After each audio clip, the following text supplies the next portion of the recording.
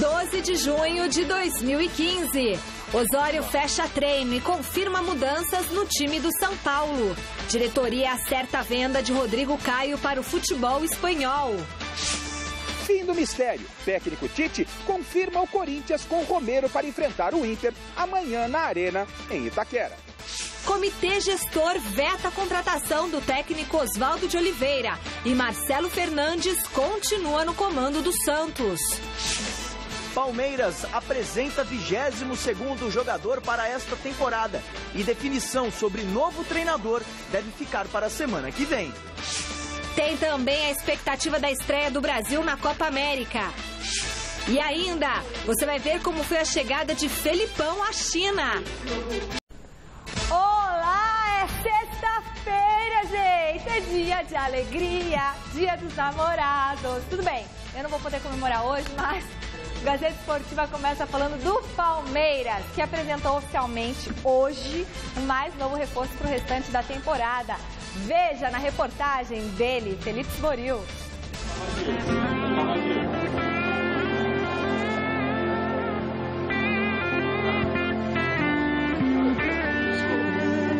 Alexandro chega para ser o 22º reforço do Palmeiras para esta temporada. Chega também com um currículo importante. Além de títulos, é o terceiro maior artilheiro da história dos campeonatos brasileiros. Desde 2003, marcou 95 gols neste torneio. Só estará à disposição após a documentação estar regularizada na CBF e pode estrear pelo Palmeiras neste final de semana, aqui no Allianz Parque, contra o Fluminense. A gente está no aguardo aí do bid, né, Alexandre? Mas tenho certeza que hoje à tarde sai aí e com certeza terei condições de jogo. Então a programação é para já poder estar à disposição do Alberto já no domingo. Alexandro realizou um sonho do pai e também da família: jogar com a camisa do Palmeiras. Você era palmeirense quando criança? E segundo, quanto pesou ter que satisfazer esse talvez sonho ou pedido do seu pai de vestir a camisa do Palmeiras? Cara, primeiro que eu e o Richardson, quando nós começamos a jogar profissional, eu no Vitória da Bahia e ele no Ituano, aqui de São Paulo, nós combinamos que a gente não falaria qual seria o nosso clube de coração, né? Porque eu sou sempre brincalhão, até um pouco mais do que o Richardson, e o Richardson tinha medo de eu contar o time dele, né? E sobre o meu pai, cara, assim, eu digo sempre que é natural da vida, né, você realizar o sonho do seu filho, né? A alegria do pai acaba sendo 2 vezes mais do que a do filho, né? E imagine agora pra mim, cara, pra eu estar podendo realizar o sonho do meu pai, né? Uma situação inversa, né? Eu estar realizando o sonho do meu pai. Então, peraí,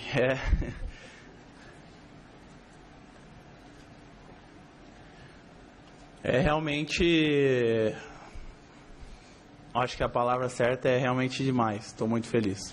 Na tarde desta sexta-feira, o Palmeiras treinou de forma fechada aqui no Allianz Parque. Ainda não há nenhuma definição sobre o nome do novo técnico, mas já é quase certo que Marcelo Oliveira será o novo treinador do Verdão. Grande noite para você que acompanha o Gazeta Esportiva. O Marcelo Oliveira já admitiu, né? É só uma questão de oficializar a contratação do novo treinador. Ele estava no Cruzeiro, fez bons trabalhos por onde passou, foi bem no Curitiba, no Vasco nem tanto, no Cruzeiro foi bem e agora tem uma nova chance no Palmeiras. No Vasco não foi bem porque não deram também o tempo que ele precisava, que era necessário para repetir o que ele tinha feito no Curitiba, por exemplo. Mas vamos falar do Alexandre, né? Que esse sim, oficial, já se apresentou, vestiu camisa e tudo mais. O sonho do pai dele, portanto, se realiza. Já esteve perto antes com o Richardson. E aí o Richardson foi anunciado, aí foi aquele auê todo, e aí depois o Palmeiras desistiu da contratação, enfim, algo triste. E aí o Alexandro tem a chance de escrever um caminho que poderia ter sido escrito pelo irmão, que foi bem no São Paulo, foi bem no Atlético Mineiro, e o Alexandro também tem futebol parecido. São posições distintas, o Richarlison era meio campista, ele é um atacante, e acho que vai ser muito útil para o Palmeiras nessa sequência da temporada. Boa noite, Alberto Helena Júnior. Boa noite. E realmente, eu posso dizer que é o terceiro maior artilheiro do Campeonato Brasileiro, né, da história do Campeonato Brasileiro, desde que ele passou a ser disputado em pontos corridos. Portanto, um jogador, eu sempre achei o Alexandro um centroavante muito subestimado pela crítica e pela torcida. Ele não é um craque, não é um Ronaldo fenômeno, não é um Careca e tal, mas é um Romário, mas é um jogador, um atacante, um centroavante que sabe se colocar na área, faz gol de cabeça, faz gol de... E ultimamente ele tem melhorado até a parte técnica. Tenho visto ele fazer lançamentos, ou tabelas e tal, quer dizer, um jogador precioso para este Palmeiras aí, inclusive por causa da experiência, que vai dar certamente mais tranquilidade na hora da finalização, que é o que tem faltado muito ao Palmeiras. Quanto ao Marcelo Oliveira, não muda nem o sobrenome, viu? Quanto mais o perfil. Os dois, o Oswaldo quanto o Marcelo, são muito parecidos do ponto de vista de comportamento, de personalidade. Os dois conhecem muito futebol. É que o torcedor é torcedor, pela própria definição da palavra, ele torce, né? Ele é movido à paixão, então não tem a capacidade de poder dar o distanciamento necessário para analisar a atuação de um treinador, de um jogador e tal. Ele vai na paixão, vai ao sabor do vento. O Marcelo é extraordinária figura humana, é um chico muito inteligente, ponderado, pausado, conhece futebol, foi craque, jogou muita bola. Para vocês que a garotada aí que não chegou a vê-lo jogar, foi um craque, um meia de habilidade, fazia gols, enfim, armava bem o time. E é um chico que conhece muito futebol. Foi espetacular no Curitiba, chegou a ter um recorde mundial de vencibilidade e de vitórias seguidas, e, enfim. E depois bicampeão com o Cruzeiro, e mesmo assim é mandado embora. Bom, o Palmeiras vai estar bem servido com os dois. Aliás, o Felipe Sboril me informa que está tudo certo com o Marcelo Oliveira. Alexandre Matos chegou da Alemanha, só está faltando o quê? Assinar o contrato, e isso deve ser feito no final de semana. Parece que o que está faltando, na verdade, é o acerto com os auxiliares do Marcelo. Tá. O salário dos auxiliares, essa coisa. Detalhes. Mas segunda-feira, Felipe Sboril garante que ele será apresentado. Se o Felipe Sboril falou, eu assino embaixo. Seguinte, vote na enquete que está no ar no site gazetesportiva.net, e a pergunta é a seguinte: Alexandro é o homem-gol que faltava no Palmeiras? Sim ou não? Celso Cardoso, por onde ele passou, sempre fez muitos gols, né? Sim, mas eu, por exemplo, eu não estava insatisfeito com os atacantes que o Palmeiras tinha. Você não acha que faltava um goleador? O Cristaldo eu acho um goleador, acho um bom jogador, me agrada muito. O próprio Rafael Marques, embora não seja um homem de área, também faz os seus gols. É indiscutivelmente um bom atacante, mas não era o que faltava. Acho que o Palmeiras já tinha bons atacantes. Alberto Helena Júnior. Yes, boa contratação.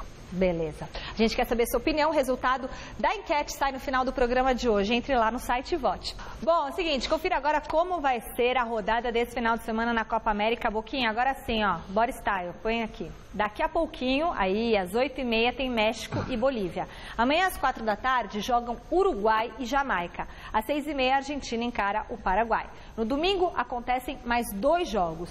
Às 4 horas, a Colômbia enfrenta a Venezuela, e às 6h30 tem as estreias de Brasil e Peru. Ok.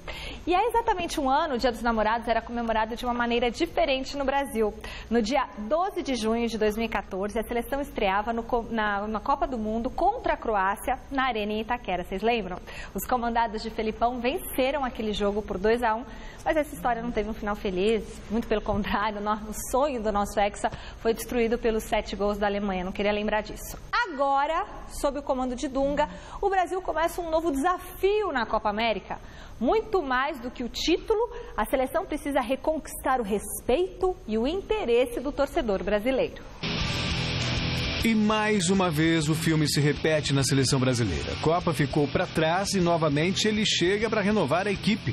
Em 2006, a eliminação para a França no Mundial fez com que Carlos Alberto Parreira caísse. Dunga assumiu e, verdade seja dita, fez um ótimo trabalho até aquele fatídico jogo contra a Holanda em 2010. No ano passado, Felipão foi quem caiu. Dunga retornou e outra vez o treinador da seleção tem na Copa América uma forma de justificar uma volta que para muitos não deveria ter acontecido.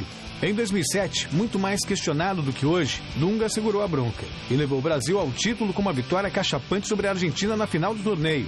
Agora ele tenta repetir o feito, até porque aquela foi a última Copa América conquistada pela seleção. A missão de Dunga tem alguns obstáculos bastante complicados. O primeiro deles, já na fase de grupos, é a Colômbia de James Rodrigues, artilheiro da última Copa e candidato a craque do campeonato. Caso avance às quartas, aí é só pedreira. O anfitrião Chile, com Vidal, Alexis Sanches e, por que não, Valdívia. O sempre competitivo Uruguai, sem Luisito Soares, mas com o Edson Cavani. E, claro, a Argentina, com seu super ataque de Carlitos Tevez e Lionel Messi. 8 anos depois, Dunga voltará ao banco de reservas para disputar novamente uma competição oficial pelo Brasil. Tomara que este filme tenha o mesmo final para a seleção.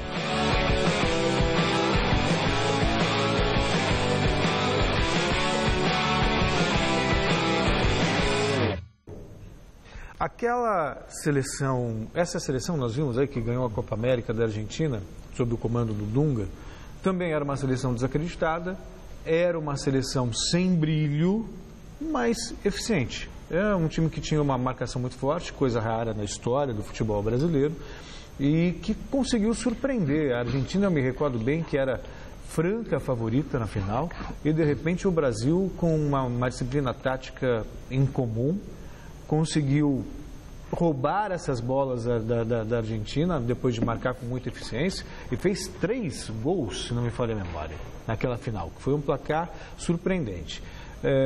Não sei se é possível repetir isso agora. Eu, sinceramente, vejo não só a Argentina no estágio superior, a seleção chilena, apesar da estreia ruim, eu também vejo no estágio superior, a própria Colômbia.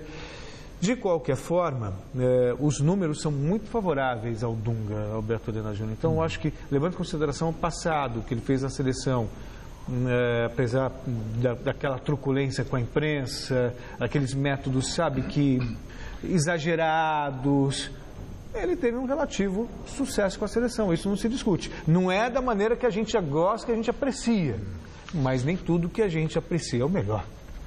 É verdade. Eu só queria discordar um pouco quando você se refere ao fato de que o Brasil não tem o hábito de marcar bem. Ao contrário, desde 94, desde essa seleção do Carlos Alberto Parreira, uma mania dos treinadores brasileiros, a grande maioria também, de fazer um time que se defendia, jogar só no contra-ataque. Aliás, o que está acontecendo agora e é isso que tira o brilho a que você se referia. O que está acontecendo também com o Dunga. Só com uma diferença.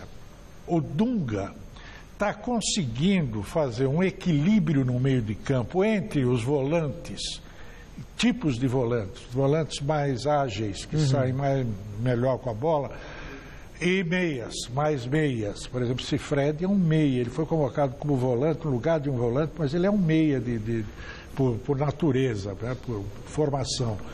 E isso permite com que o Brasil tenha um jogo muito fluente do meio de campo para frente. Vai depender de como ele vai constituir esse time. A defesa está montada, não tem problema e tal. Agora, a partir do meio de campo para frente, eu gostaria de ver um ataque formado por Robinho, Tardelli e Neymar. 3 azogue, 3 carinha habilidosos, correndo para todo lado, saindo, trocando de posição, driblando, que é o forte do futebol brasileiro, né? E fazendo gols. Não é o trio MSN, né? Não é Messi, Soares e Neymar. Mas o estilo fica parecido com aquele. Claro, fica. O Robinho, genérico brasileiro. É o genérico brasileiro. Então, eu acho isso. Acho que o Felipe Coutinho foi muito bem no jogo contra o México, ou no jogo contra a Honduras já não foi, mas contra a Honduras não vale muito, porque ninguém estava afim de jogar, ninguém estava afim de se arriscar, né? Eu, particularmente, não tenho nada contra marcar sem a bola. Mas com a bola, joga como a gente claro. Joga, né? Bom, a seleção peruana já está em Temuco, no Chile, onde vai enfrentar o Brasil. E apesar de ainda não ter definido o time titular, o técnico Ricardo Gareca confirmou a presença do craque da equipe na partida de domingo. Adversária do Brasil na estreia da Copa América no próximo domingo, a seleção peruana já está com quase tudo pronto para o início do torneio. Quase porque o técnico Ricardo Gareca, velho conhecido da torcida palmeirense, ainda tem algumas dúvidas sobre a montagem da equipe titular. Tenho na cabeça 80%. Em relação aos outros 20%, não vou dizer para vocês o que não está definido. Para completar a equipe, faltam esses 20% que vamos pensar junto com meus auxiliares até o prazo final. Certeza mesmo é a presença de Paulo Guerreiro no ataque. O ex-corintiano e hoje flamenguista chegou a preocupar por conta de uma lesão no tornozelo direito, mas vai para o jogo. Guerreiro está muito bem, ou seja, está recuperado. Não tem nenhum problema. Vamos chegar ao jogo do Brasil nas melhores condições. E para esse confronto com o Brasil, Gareca descartou marcação especial em cima de Neymar ou de qualquer outro jogador. Vamos tentar observar alguns aspectos relacionados aos rivais que enfrentaremos, mas trabalharemos principalmente no nosso potencial. De nada adianta neutralizar alguém e não desenvolver o potencial que temos. Isso pouco importa, já que nos preocuparíamos em neutralizar e não em mostrar o melhor que temos. Pois é, no passado, até umas 2, 3 décadas atrás, o Peru era a quarta força do futebol sul-americano, ao lado do Paraguai. Disputava com o Paraguai ali, abaixo do Brasil, Argentina e Uruguai. Mas, ultimamente, nos últimos 20 anos, o Peru tem caído demais, né? Já foi alcançado pelos seus adversários lá da grande Colômbia, né? O Equador, Colômbia. Até a Venezuela cresceu muito, enquanto o Peru se retardou no tempo. Vamos ver se com o Gareca aí a coisa muda, com o Guerreiro e tal, mas eu tenho minhas dúvidas. Muito bem, ontem no Rio de Janeiro, o presidente da CBF, Marco Polo Del Nero, se reuniu com os presidentes das 27 federações estaduais. Ficou decidido que o presidente eleito da entidade vai ter direito a apenas uma reeleição. Del Nero se elegeu para um mandato de 4 anos e, portanto, pode concorrer ao próximo pleito e, se vencer, fica no poder até 2023. Outro ponto acordado foi a formação de um conselho técnico dos clubes que vai ter o poder de formular os regulamentos específicos das competições sem o poder de veto da CBF. A Assembleia Geral tratou de vários assuntos importantes para o futebol brasileiro hoje, mas a questão da sucessão, da vacância, do impedimento, da renúncia não foi tratado porque não é assunto da pauta. Hoje continuaria o Delfim Peixoto, assumiria o Delfim Peixoto. Continua o doutor Marco Polo Del Nero, presidente da CBF, não tem nenhuma possibilidade no momento de acontecer de outra forma. No caso de vacância? No caso de vacância, aí nós vamos tratar no momento certo, não agora. Agora não é hora de tratar disso. Nós tratamos a questão da reeleição, né? Vai ter uma eleição, uma recondução para cada federação e para a CBF, e de outros assuntos que falam mais da governança, da questão do Conselho de Ética que foi formado, que é muito importante, a exemplo do que acontece na FIFA hoje, enfim. Então, acho que a Assembleia Geral foi muito bem conduzida pelo senador Quintanilha, e nós esperamos poder dar sequência e levar a bom termo toda essa ânsia do futebol brasileiro de avançar na qualidade e oferecer ao Brasil aquilo que é de melhor. Limite de reeleição? Uma eleição, um mandato, mais uma eleição. Também, só pode renovar uma vez. Com reeleição? Com reeleição, exatamente. E a partir daí? As federações, elas foram orientadas, quer dizer, cada um faz a sua lei, mas no geral eles vão cumprir a determinação da CBF. Aí eu me lembro do 7-1 e acho que vão se repetir esse 7-1 em outras ocasiões, porque veja só, quando eu fico muito à vontade para falar, é o que eu penso, eu acho que Marco Polo Del Nero, assim como Marim, os dois representam o que há de mais anacrônico no futebol brasileiro. Ponto. É de um conservadorismo absurdo, de um atraso de mentalidade absurdo. Eu nunca vou me esquecer deles falando, a gente cogitando a mudança do calendário, que funciona muito bem no mundo todo, né, principalmente no europeu. Por que não muda aqui no Brasil? Porque a Europa precisa aprender com o melhor futebol. Gente, quer dizer, quando você tem pessoas desse tipo comandando o futebol brasileiro, não dá para você esperar muita coisa.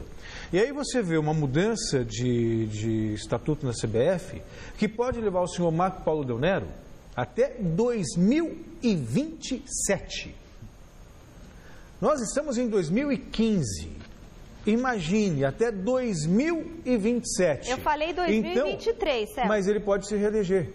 Não, como? Agora e mais uma. Não, agora vale para o segundo mandato. Vale para o segundo mandato. Então ele pode se candidatar de novo. Agora? Então depois, mais 3 vezes. E aí ele tem direito a mais uma reeleição. Então não é até 2023. Entendeu? E aí eu fico me perguntando... Não, e aí os clubes agora têm poder para mexer no regulamento. Mas e o calendário? Que é a CBF que continua mandando e desmandando. Como é que vai esperar alguma mudança, alguma melhora no futebol brasileiro? Eu joguei a toalha. Eu não gosto mas eu já joguei a toalha. Para mim, já era. Não tem dúvida. O problema não é a estrutura, realmente, do futebol. São as pessoas que militam ali, que comandam. Não vai mudar nada. Se a CBF passar para os clubes a fazer o regulamento, não vai mudar nada. Porque é um bando de incompetentes. Está mais do que provado. Eu não vou nem entrar na questão de honestidade ou não, de corrupção, só na questão da competência. Eles são muito ruins de serviço. Todos eles. Todos. A sede da Conmebol no Paraguai perdeu a imunidade diplomática por decisão unânime do Senado do país. Agora, basta que o presidente paraguaio Horácio Cartes aprove a lei para que ela entre em vigor. E ele já declarou que vai fazer isso. O prédio da entidade que comanda o futebol sul-americano fica na capital Assunção e tinha status de embaixada desde 1997. A lei de inviolabilidade impedia que o local fosse revistado e tivesse os bens, arquivos e documentos apreendidos pela Polícia Federal. Na ação dos investigadores norte-americanos, em conjunto com a Polícia Suíça, ocorrida no último mês, 2 ex-presidentes da Conmebol foram detidos. O uruguaio Eugênio Figueiredo, preso em Zurique, e o paraguaio Nicolás Leoz, em prisão domiciliar em Assunção. A gente trabalha com futebol, mas ainda assim a gente ri. A FIFA vem para cá, faz Copa do Mundo, não precisa pagar imposto, tem que ter total isenção e lucra tudo aquilo que a gente já viu. E a Conmebol com status... diplomático. De embaixada. Ou seja, não pode ser investigada. E espia só as figuras. olha, presta atenção nessa.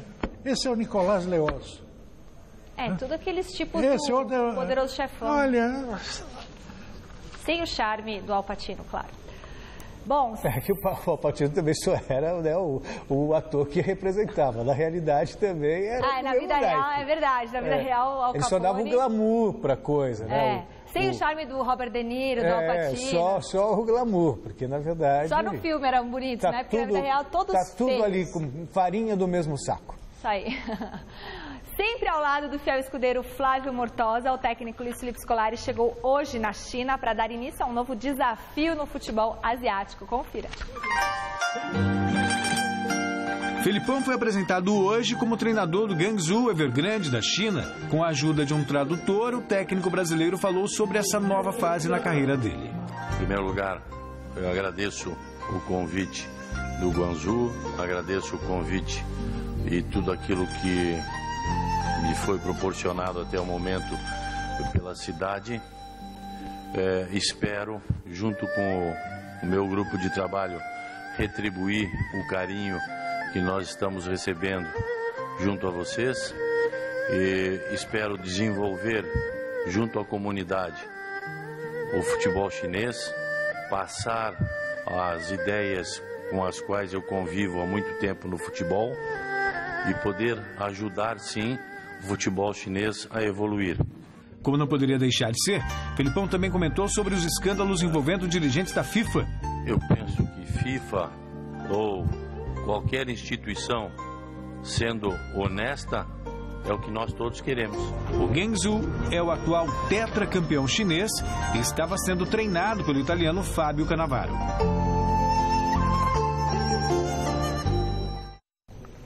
O assunto agora é basquete. As finais da NBA estão pegando fogo. Ontem o Golden State Warriors derrotou o Cleveland Cavaliers na casa da equipe de Ohio e empatou a série melhor de 7. Veja como foi.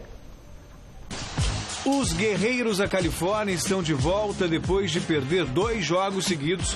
O Golden State Warriors derrotou o Cleveland Cavaliers pelo placar de 113-82 e igualou a série final em 2-2. Stephen Curry e André Iguodala foram os destaques dos vencedores. Ambos marcaram 22 pontos na melhor partida do Warriors nas finais da NBA. O jogo 5 está marcado para o próximo domingo, quando a série retorna para Oakland, casa dos Warriors. Vôlei em Novi Sad, na Sérvia, o Brasil sofreu a primeira derrota nesta edição da Liga Mundial Masculina. O jogo foi para o tie-break e os donos da casa levaram a melhor por 3-2, parciais de 22-25, 23-25, 25-23, 25-21 e 15-13. Mesmo com a derrota, o Brasil continua na liderança do grupo A com 11 pontos. A seleção volta às quadras sábado às 13h10 da tarde e novamente vai enfrentar a Sérvia. Seguinte, domingo, a partir das 9h30 da noite, nós temos um encontro marcado no Mesa Redonda Futebol Debate. Olha, vai ser especial esse programa, hein? Mais uma vez, tá prometendo demais o Mesa com as participações do presidente do Santos, Modesto Roma Júnior, que vai falar, entre tantas coisas aí, como está sendo a negociação para o novo contrato do Robinho, e também sobre a polêmica envolvendo a volta do técnico Oswaldo de Oliveira, que acabou não acontecendo. O programa vai contar também com a presença do ex-jogador Juninho, campeão mundial de clubes em 93 com o São Paulo e atualmente exercendo a função de gestor de futebol do Ituano. Então, a gente fica combinado, em domingo, 9h30 da noite, Mesa Redonda aqui na tela da Gazeta. Quero mandar 2 beijinhos para o senhor Oswaldo Vieira da Silva, que é irmão do seu Agenor, nosso amigo aqui do esporte, que sempre manda balas e pirulitos para a galera. E o irmão dele é de Badibacite, hoje ele completa 68 anos de idade. Um beijão para o senhor e um beijão para o nosso querido Jonas Campos, aqui da TV Gazeta, do Departamento de Esportes, que escreve também um blog de tênis no site gazetesportiva.net. Jonas, um beijo para você, continue sendo lindo, feliz, que o seu futuro será sempre brilhante. E também muito competente. Muito, e bom como de repórter, bola. editor, bom tudo. De bola, jogador importante, conto com ele segunda-feira para a decisão de terceiro lugar. Mas você queimou ele no time. Imagina, bom de bola, bom caráter e bom profissional. Um grande abraço para o Jonas.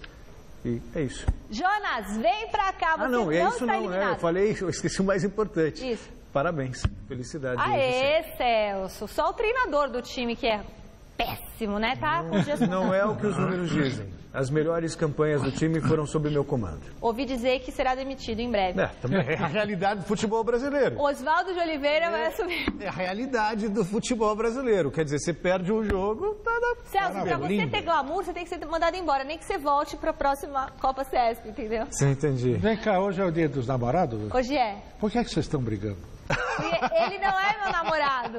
Ele é meu companheiro de trabalho. Não é o que o Flavinho diz. Ele é namorado do Flávio. Meu não.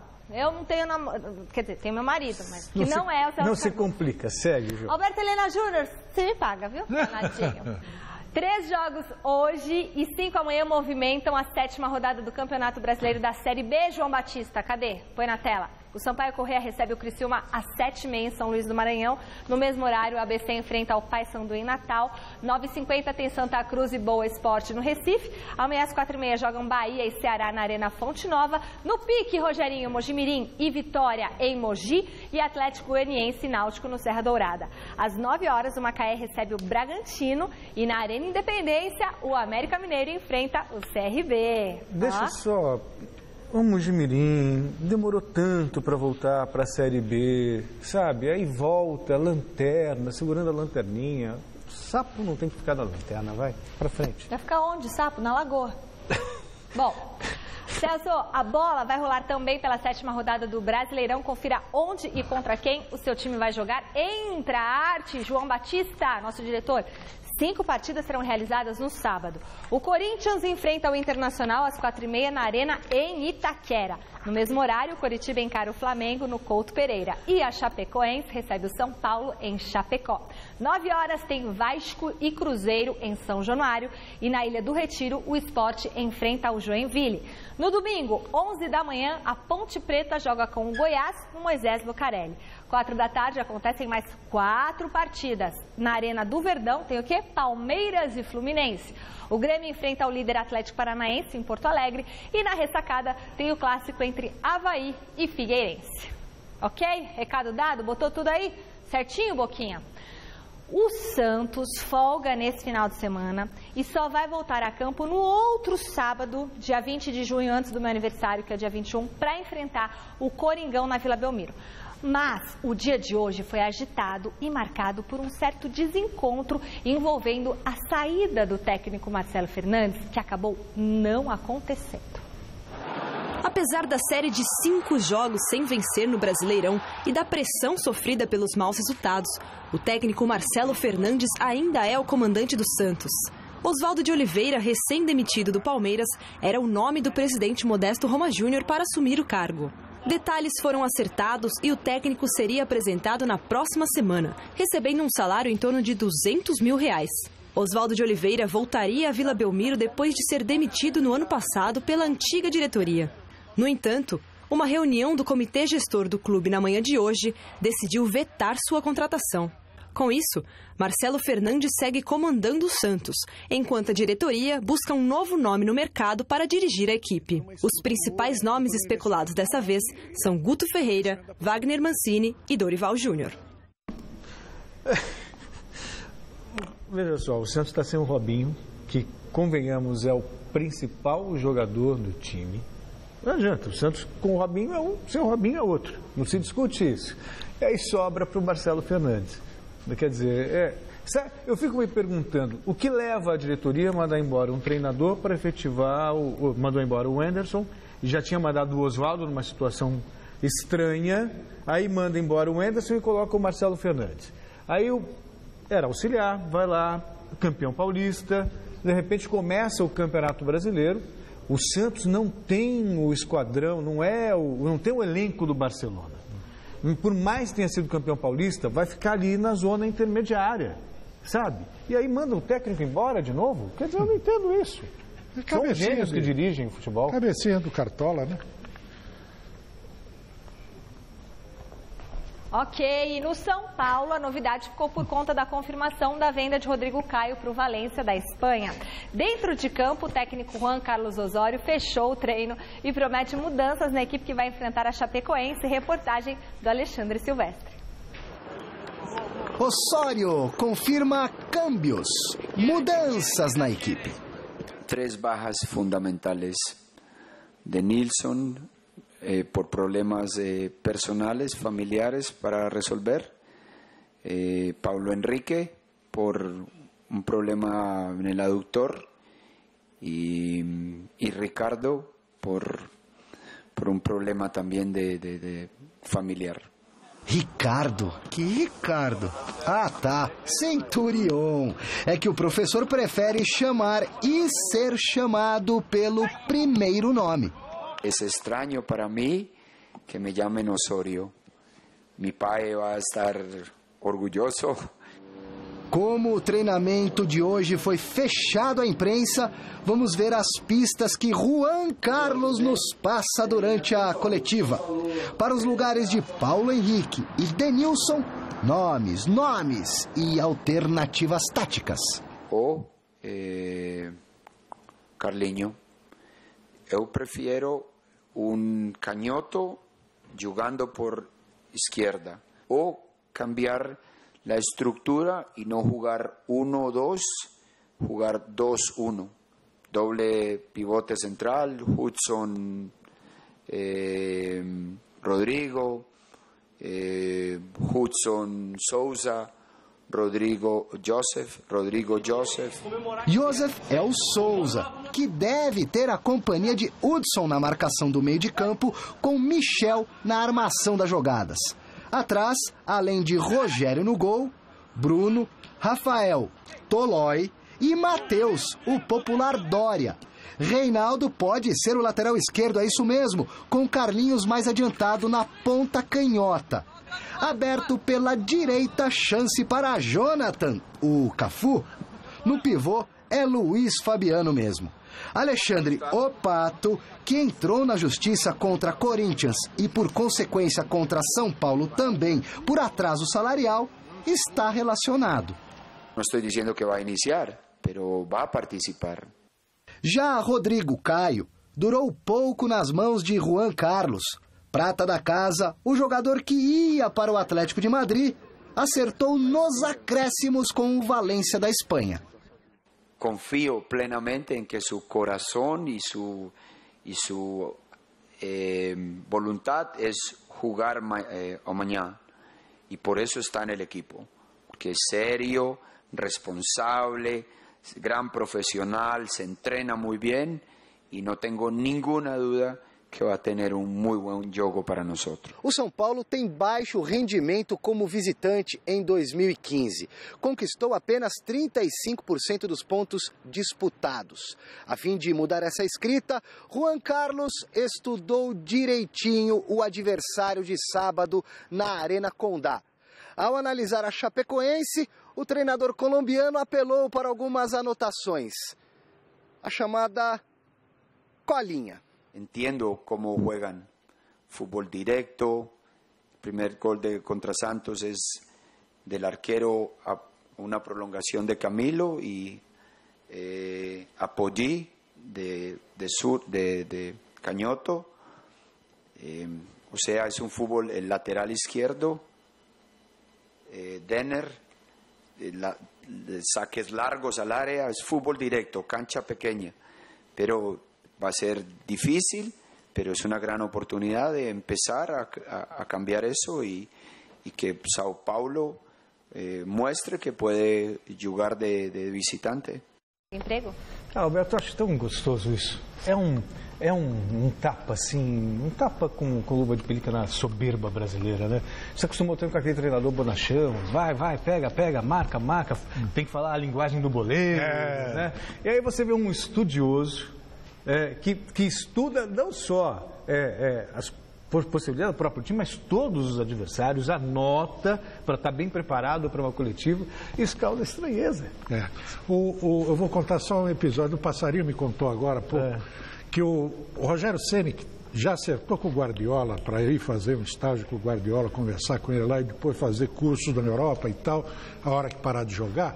O Rogério Ceni está tão impressionado com o Osório, o Dono Osório, que ele resolveu... abortar a missão. Não, que vai fazer, mas depois. Primeiro ele vai fazer um estágio com o próprio Osório, porque ele está surpreendido e agradavelmente surpreendido com a competência e com o conhecimento do rapaz. Pois é, quem diria, né, que um colombiano, alguns desses soberbos, um colombiano ensinar futebol para nós? Claro. Falando em ensinar futebol para o Pato, está entrando na justiça contra o Corinthians, há quem diga também que tem um processo contra o São Paulo, não sei até que ponto isso é jogo de cena, é insatisfação, é para se livrar do Corinthians, enfim, coisas do futebol. Mas se tem respaldo da lei, tem todo o direito de batalhar por aí. Quem deve ter que pagar. É isso aí. No começo desta tarde, o Flamengo apresentou 2 reforços vindos do Palmeiras. O meia Alan Patrick e o lateral direito Ayrton já treinaram durante a manhã no CT da Gávea e em seguida foram apresentados à imprensa. Ambos foram contratados por empréstimo até o fim do ano e vão reforçar o Flamengo durante o Campeonato Brasileiro e a Copa do Brasil. Eles viajam com o restante do elenco para Curitiba, no Paraná, foram relacionados para a partida de amanhã contra o Coxa e já estão com a situação regularizada no boletim informativo diário da CBF. E o Alexandro também está no bid e vai poder jogar, tá bom? Só para dar essa informação, o Alexandro do Palmeiras, irmão do Richard. 8º colocado no Brasileirão com 10 pontos, o Corinthians quer aproveitar a vitória do último confronto contra o Joinville por 1-0 para vencer o Internacional e seguir firme e forte na recuperação do bom futebol. O repórter Osmar Garrafa esteve no CT Joaquim Grava acompanhando mais um treino do Timão. Com a saída de alguns jogadores que fizeram história recente no clube, uma palavra está em moda no Timão. Muito, nós estamos construindo a equipe. Construir de novo uma equipe forte, agora a gente está construindo. É uma etapa, se fechou, abre-se uma nova etapa de construção da equipe. Nessa construção da equipe, Tite tem sido muito criticado por não utilizar com muita frequência garotos formados nas categorias de base do clube.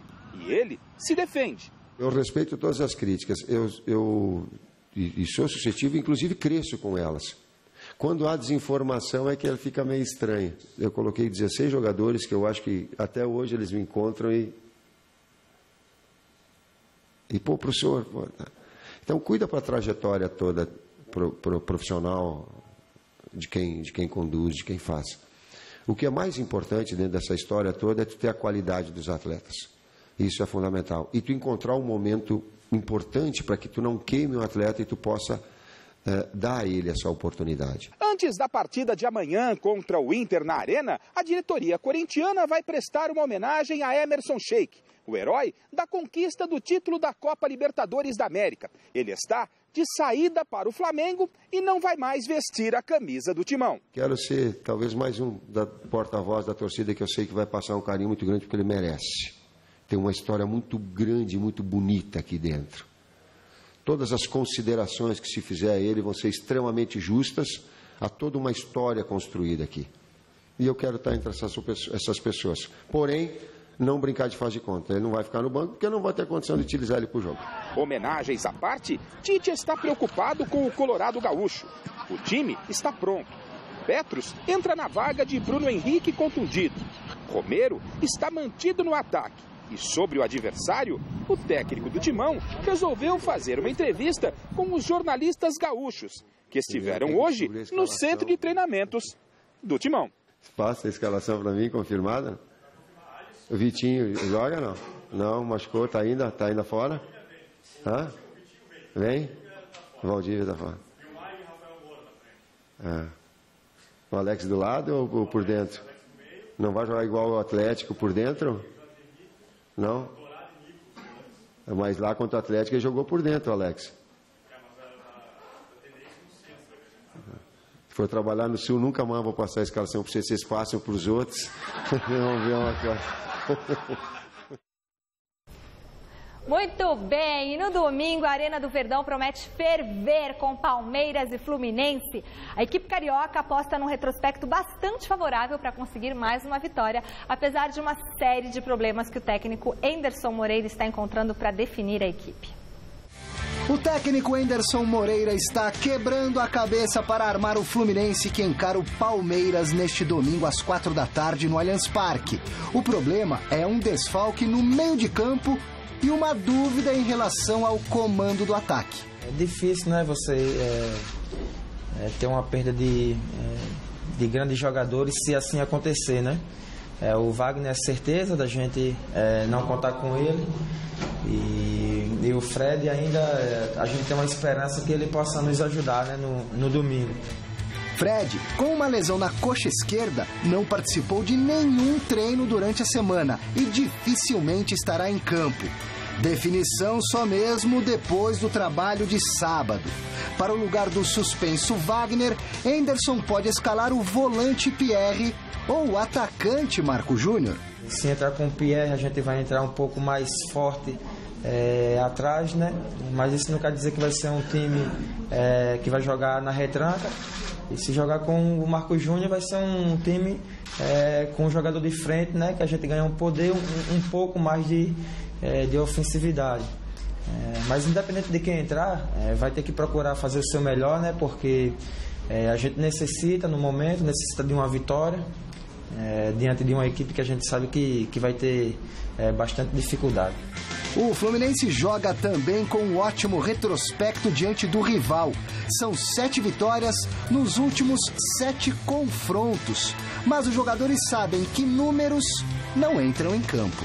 E a gente sabe que o jogo de domingo é uma outra história totalmente diferente. Então, para que não deixe a gente lembrar negativamente desse retrospecto aí, então a gente vai procurar ganhar. O mundo dá voltas, Billy. Voltas. Voltamos a falar do Palmeiras, que além de treinar, teve um dia de grandes homenagens. Veja na reportagem dele, Felipe Svoril. Dia de festa e inaugurações para o Palmeiras. Começou logo cedo com a mudança do nome da rua em frente ao estádio.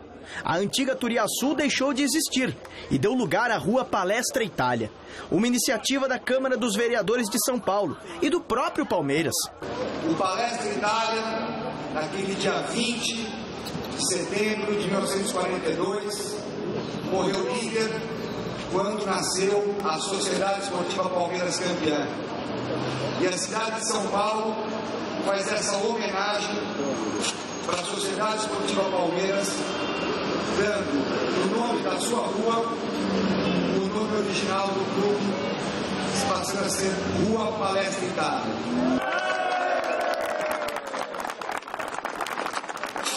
Festa do lado de fora e emoção do lado de dentro, com a inauguração do 4º busto da sede social. Oberdan Catani atuou pelo Palmeiras nas décadas de 40 e 50. Jogou 351 partidas. Agora está eternizado ao lado dos maiores ídolos da história do Palmeiras. Queria aqui cumprimentar a família de Oberdan, pessoa muito querida, foi nosso companheiro de conselho depois de ter sido nosso jogador. E sempre, seja dentro de campo, seja fora de campo, amando o Palestra e o Palmeiras como só eles faziam. Agradeço de coração. O meu pai hoje não está aqui de corpo, mas eu tenho certeza absoluta que aqui ele está entre nós. Uma correção histórica, já que Oberdan nunca pôde ter um busto desde que parou de jogar pelo Verdão.